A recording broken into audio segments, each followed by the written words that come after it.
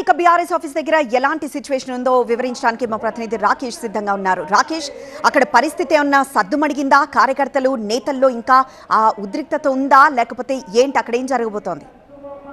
Secretary మధ్యాహ్నం 3 గంటలకు ప్రారంభమైతే ఉదయం 8 గంటల నుంచి తెలంగాణ భవన్లో ఈ హడావుడి జనాలు కార్యకర్తలంతా ఈ సందడి కనిపిస్తూ ఉంది.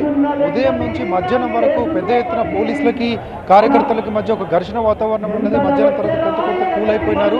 పార్టీ నేతలు కూడా వచ్చి మనం శాంతియుతంగా ఇక్కడ నిరసన చేద్దాము, ఎట్టి పరిస్థితుల్లో ఆందోళన చేయాల్సినటువంటి అవసరం లేదని చెప్పేసరికి కార్యకర్తలంతా కొంత కూల్ డౌన్ అయిపోయారు. ఇప్పుడు ప్రస్తుతానికైతే మనం చూస్తున్నాము కల్చరల్ ప్రోగ్రామ్స్ నడుస్తున్నాయి. అంటే నిరసన పాటలు, కాంగ్రెస్ వ్యతిరేక పాటలు, ప్రభుత్వాన్ని వ్యతిరేకంగా విమర్శిస్తూ కొన్ని పాటలు పాడుతూ డ్యాన్సులు చేస్తూ కార్యకర్తలంతా అక్కడ నిరసన తెలియజేస్తూ ఉన్నారు. సాంస్కృతిక పరమైనటువంటి నిరసన కార్యక్రమం అక్కడ జరుగుతుంది. సింగర్స్ అందరూ పాటలు పాడుతున్నారు.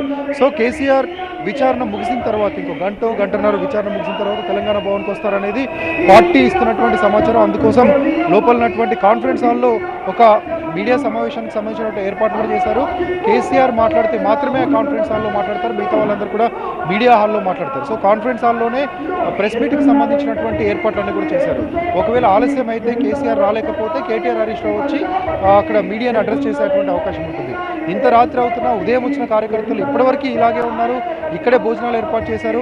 ఆల్మోస్ట్ ఒక 5,000 to 6,000 ఇక్కడ జనాలు ఉన్నారు. చుట్టుపక్కల మొత్తం కూడా పోలీసులు, వేల మంది పోలీసులు ఇక్కడ నుంచి కార్యకర్తలు ఎవరు నందినగర్కి వెళ్లకుండా, లేకపోతే ముట్టడి కార్యక్రమాలకు వెళ్లకుండా, ఇంకొక వైపు రోడ్లపైన ఆందోళన చేయకుండా చాలా జాగ్రత్తగా కార్యకర్తల్ని లోపలే బ్లాక్ చేశారు.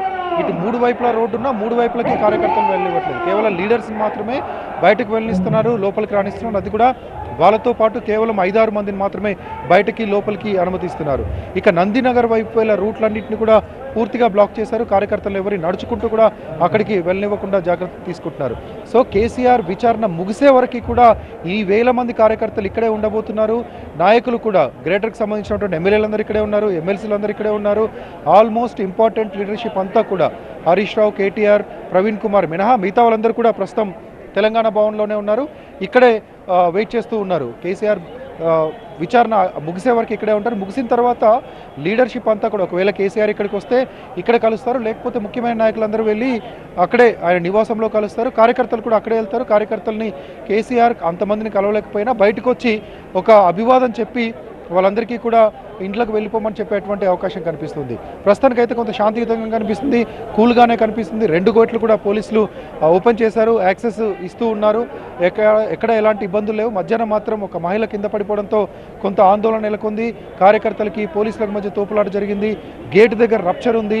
చాలామందిని కార్యకర్తల్ని బయటికి వెళ్లకుండా పోలీసులు అడ్డుకున్నారు, బ్యారికేడ్లు వేశారు. ఇప్పుడు బ్యారికేడ్లన్నీ కూడా తీసేశారు. కొంత కూల్గానే కనిపిస్తుంది. కేసీఆర్ రాక కోసమే ఇక్కడ కార్యకర్తలు అందరూ ఎదురు చూస్తున్నారు. ఒకవేళ లేట్ అయితే మళ్ళీ వీళ్ళంతా నిరసన కొనసాగించేటువంటి అవకాశం కూడా కనిపిస్తుంది. పార్టీ నేతలు కూడా అదే సంకేతాలు కార్యకర్తలకు ఇస్తూ ఉన్నారు. అంటే రాకేష్, ఇప్పుడు ఒక గంట పాటు ఇంకా కేసీఆర్ విచారణ కొనసాగే అవకాశం ఉందన్న విషయం తెలుస్తుంది. సో ఆ గంట పాటు ఇలాంటి కార్యక్రమాలు కొనసాగిస్తూ గంట తర్వాత ఏమన్నా వీళ్ళన్న ప్లాన్ ఆఫ్ యాక్షన్ మార్చుకునే అవకాశం ఉందా?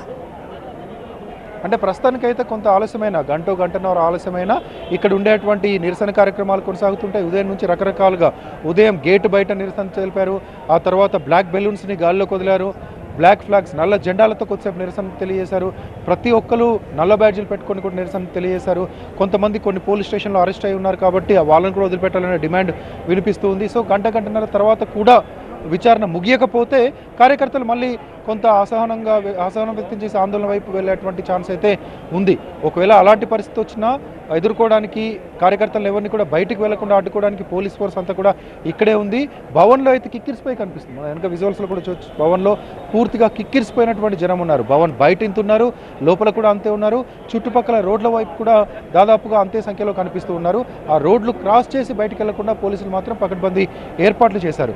సో నేతలంతా చెప్పారు గంటన్నర సేపట్లో కేసీఆర్ ఇక్కడికి వస్తారు, ఇక్కడే మాట్లాడతారు, మనం ఎవరు కూడా నందినగర్ వైపు వెళ్లాల్సిన అవసరం లేదని ఇక్కడ ఉన్నటువంటి లీడర్లందరూ చెప్తున్నారు. కాబట్టి కొంత శాంతియుతంగానే ఇప్పుడు కనిపిస్తుంది.